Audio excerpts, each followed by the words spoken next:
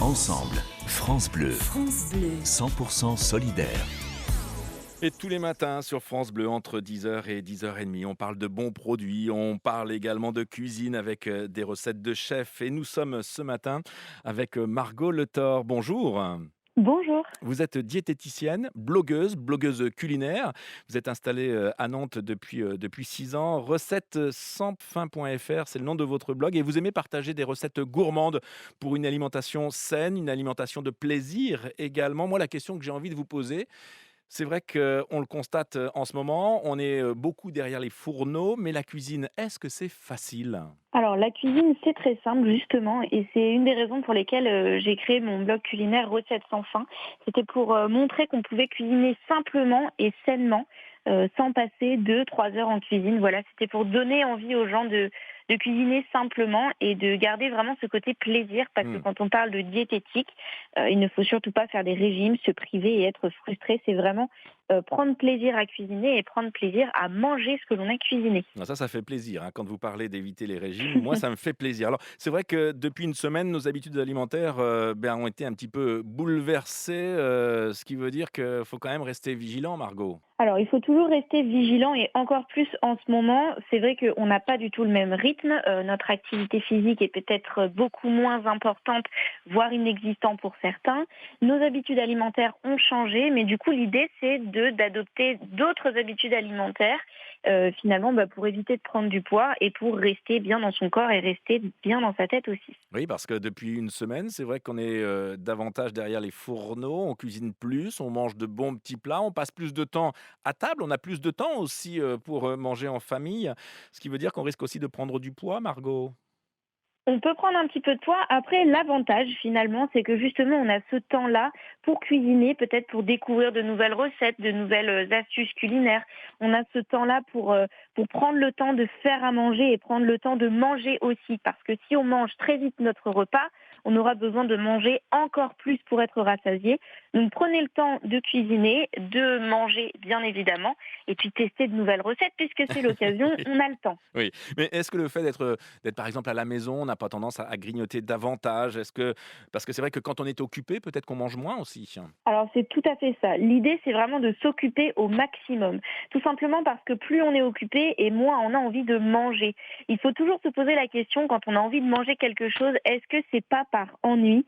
Et en général, c'est ça, quand on ne sait pas quoi faire, quand on est chez soi et qu'on s'ennuie, on a envie de grignoter. Donc s'occuper un maximum pour éviter de manger trop finalement, surtout que nos besoins énergétiques ont Ah oui. fortement diminué. Mhm. Donc c'est important de ne pas manger au-delà de nos besoins énergétiques, sinon là, il va y avoir un risque de prise de poids et forcément, on ne sera pas forcément bien dans notre peau si on prend quelques kilos. Alors justement, ça c'est important ce que vous dites, nos besoins énergétiques sont en baisse, hein, évidemment, par cette activité physique qu'on n'a plus forcément. Mais alors comment connaître ces besoins aujourd'hui qui doivent aussi s'adapter à nos conditions de vie? Alors, par rapport à nos besoins énergétiques, ce qui est important, c'est de déjà diminuer les féculents. Alors, diminuer ne veut pas dire supprimer, parce que les féculents, c'est notre source d'énergie, mais on va les diminuer parce qu'on a besoin de moins d'énergie qu'avant. Donc, un peu moins de pâtes, de riz, de pain, de pommes de terre, par exemple. Ah, alors Et pour ne alors que pas ce être ce frustré. sont les produits qui ont été, dévalisés au début de la situation, au début de la crise, hein. Beaucoup, Oui, se sont rués sur les rayons oui, de c'est pâtes, hein. vrai, c'est les produits qui sont partis les premiers parce qu'on est sur de l'épicerie sèche, donc ça se conserve assez longtemps. Mais finalement, c'est pas ce dont on va avoir besoin en priorité, parce que justement, diminuer un petit peu les féculents, c'est important.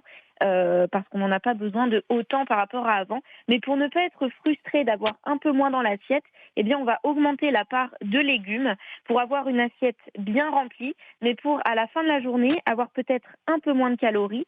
Et à cela s'ajoute une activité physique Aïe. tout de même à la maison, Mmh. en fonction de l'espace qu'on a, en fonction du matériel qu'on a.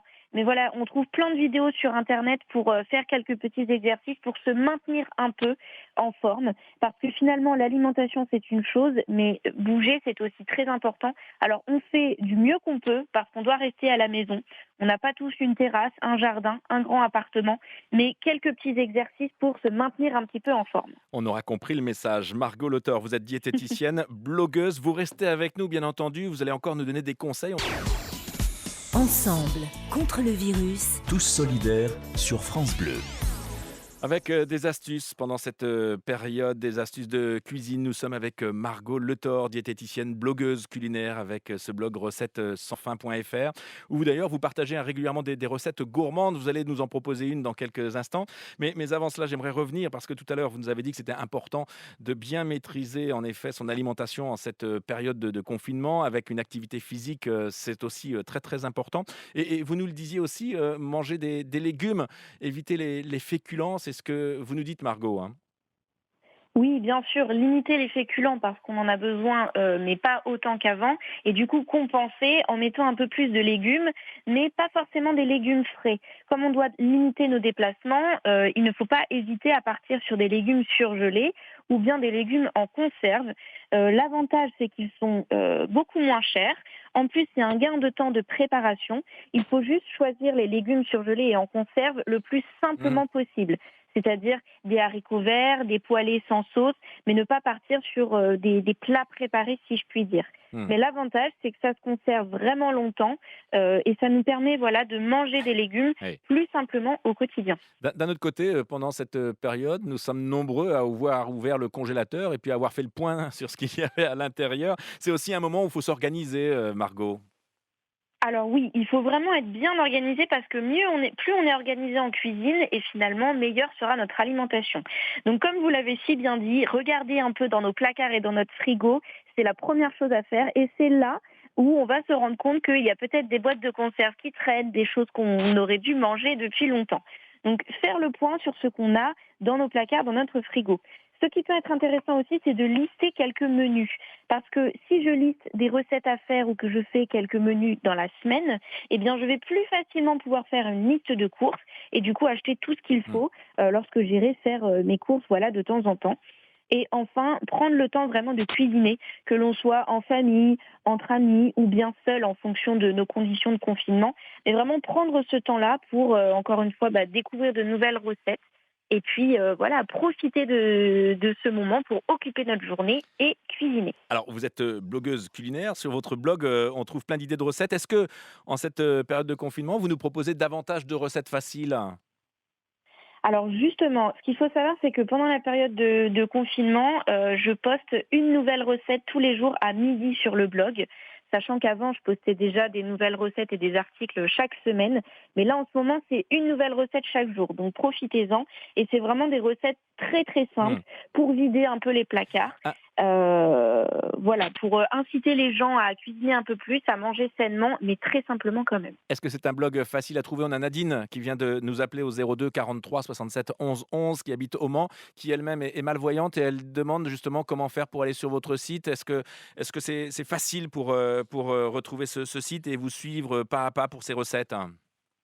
Alors, au niveau du référencement, le blog est très bien référencé. Donc, que vous tapiez Margot Le Thor sur Internet ou bien recettes sans fin, vous allez tout de suite tomber sur le site Internet.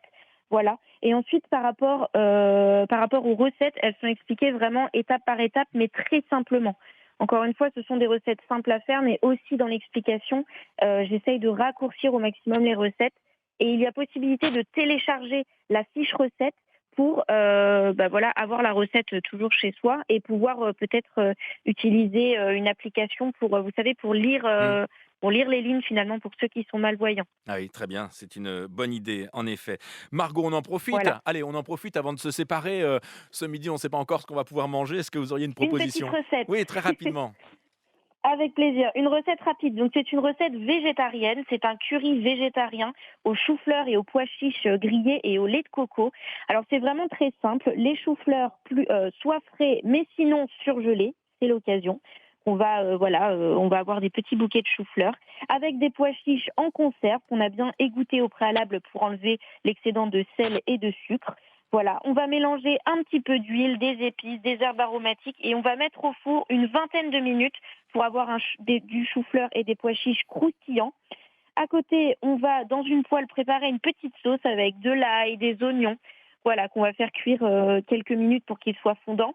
On ajoute du lait de coco, on ajoute un petit peu de coulis de tomate, encore une fois des épices, des herbes aromatiques. On mélange le tout, on peut servir ça avec Mmh. du riz et on a un plat qui est complet. Oui. végétarien. Il y a des féculents, il y a des légumes. On est sur une matière grasse végétale avec le lait de coco, donc c'est plus sain que la crème fraîche. Et ça permet surtout de vider nos placards. Exactement, de quoi se régaler. Faites confiance aux recettes de Margot Le Thor. On les retrouve le blog, un blog très agréable d'ailleurs à consulter, Merci, c'est gentil. recettes-sans-fin.fr. Et puis je le précise, Margot Le Thor, c'est vrai que vous êtes installée à Nantes, mais vous intervenez également en Vendée, dans le Maine-et-Loire et puis sur l'ensemble de la Loire-Atlantique, hein.